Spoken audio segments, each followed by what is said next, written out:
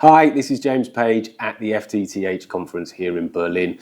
We're going to take a little look into the future now because I've managed to get away from the plenary stage where she's just been talking. Tamira Snell is here. She's a senior advisor from the Copenhagen Institute of Futures Studies. Tamira, thank you for coming and having a chat. Really interesting presentation. We haven't maybe got time to go through all 14 of the global megatrends that I know you look at, but there are some that are more relevant maybe or initially pertinent to the fibre world, and certainly urbanisation would seem to be one of those. Perhaps you could tell us a bit more about what you're seeing. Yes, certainly.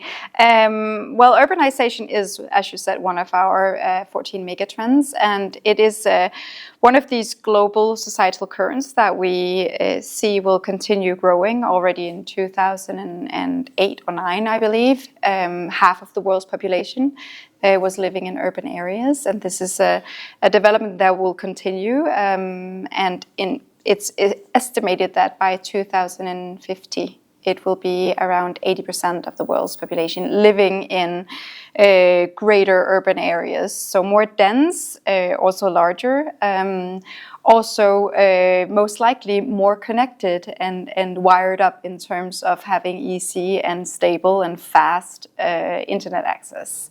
We need to, both in our work lives and our social lives, we're obviously also not just staying at home all the time. So having that fluid, seamless connection wherever we're moving around, being in the city center, in our homes, at friends' house, at work, working from home, and even also when we're working remotely outside of the urban city center. So that is also another focus area, actually, because maybe we're living in the city, but occasionally we prefer to work remotely from our cottage or from our boat. So how will the infrastructure be at the outside of urban areas as well? So when we're looking at urbanization, actually also looking at the counter trend, you could call it, or outside of urbanization, so rural areas, what will the implications be then? And having a better infrastructure, not just to address potential digital divide between rural and urban areas, but also to actually fill the consumer demand, having these constant access point in terms of internet connection. Yeah, it's been an issue, I think, that companies, well, certainly regulators and policymakers in this world have been grappling with for some time, how you deal with that urban growth. And obviously that's where the people are, so it's where the networks go, because it's where the money is sometimes, but how the balance, and it's good to know they're going to have to continue to grapple with that problem, that issue for a little while longer. Yeah, sorry. Sure, No. I think in terms of consumer expectations, this is definitely something that will be expected, that wherever we go, we will be able to access. And it's something that is, because we are becoming more and more digitally savvy, also when you're looking at the younger generations, Generation Z, which is 30% of the global population already, is the first generation having been raised entirely digitally, right?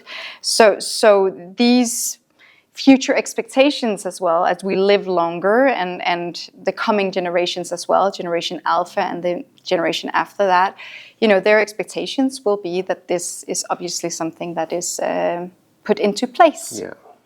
And the tech aspect that you talked about a little bit is very interesting, because I think for this industry it gets a blessing and a curse. Obviously the amount of extra data that's been used by people who are living at home or in that always on society, then it's great for people in this industry, but it also can present some problems in keeping up with that demand. But there's going to be no stopping in the demands from the tech sector, is there? I think when we're looking at how our ways of living are becoming more and more diversified, you could say, work is not work anymore. The concept of the family is no longer, family of 4. It's also diversifying.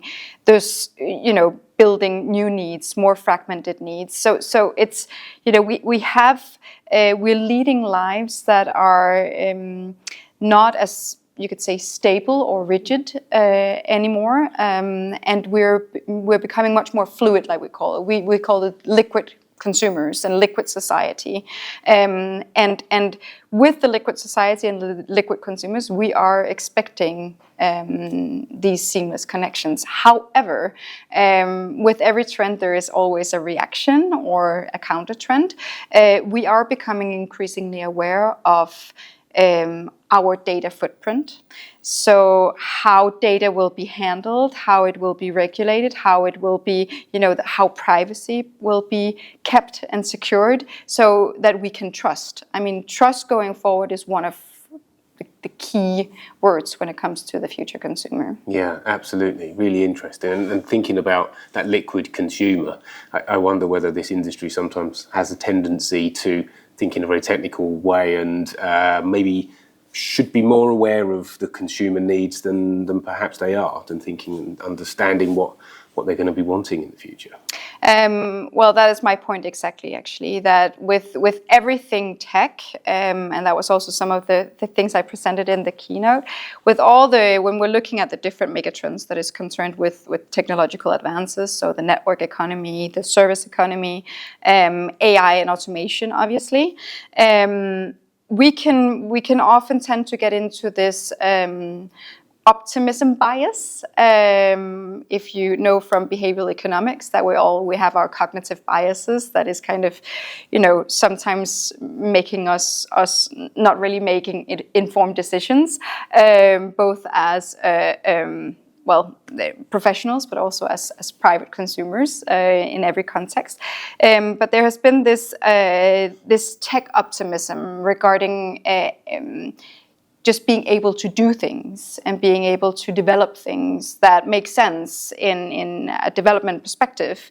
But if you forget to put the people into the equation, you might limit yourself from the potential success. And what I mentioned was also the example of the smart city of Songdo in South Korea.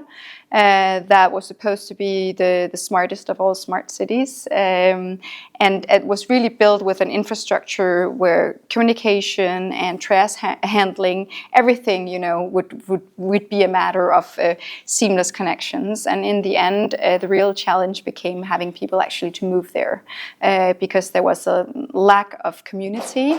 It felt empty. It was even referred to as a ghost town. So forgetting about who are actually going to use all these smart homes or smart cities and seamless connections is something you should try to remember. Absolutely. I think we should all remember. Hopefully everyone who heard you talk today from the stage hopefully took that message away, and maybe anyone who's watching this, we are in that kind of technological business, but we do need people at the heart of it is a great message. Tamira, thank you very much for having a few minutes to come and talk to us. It's been a pleasure.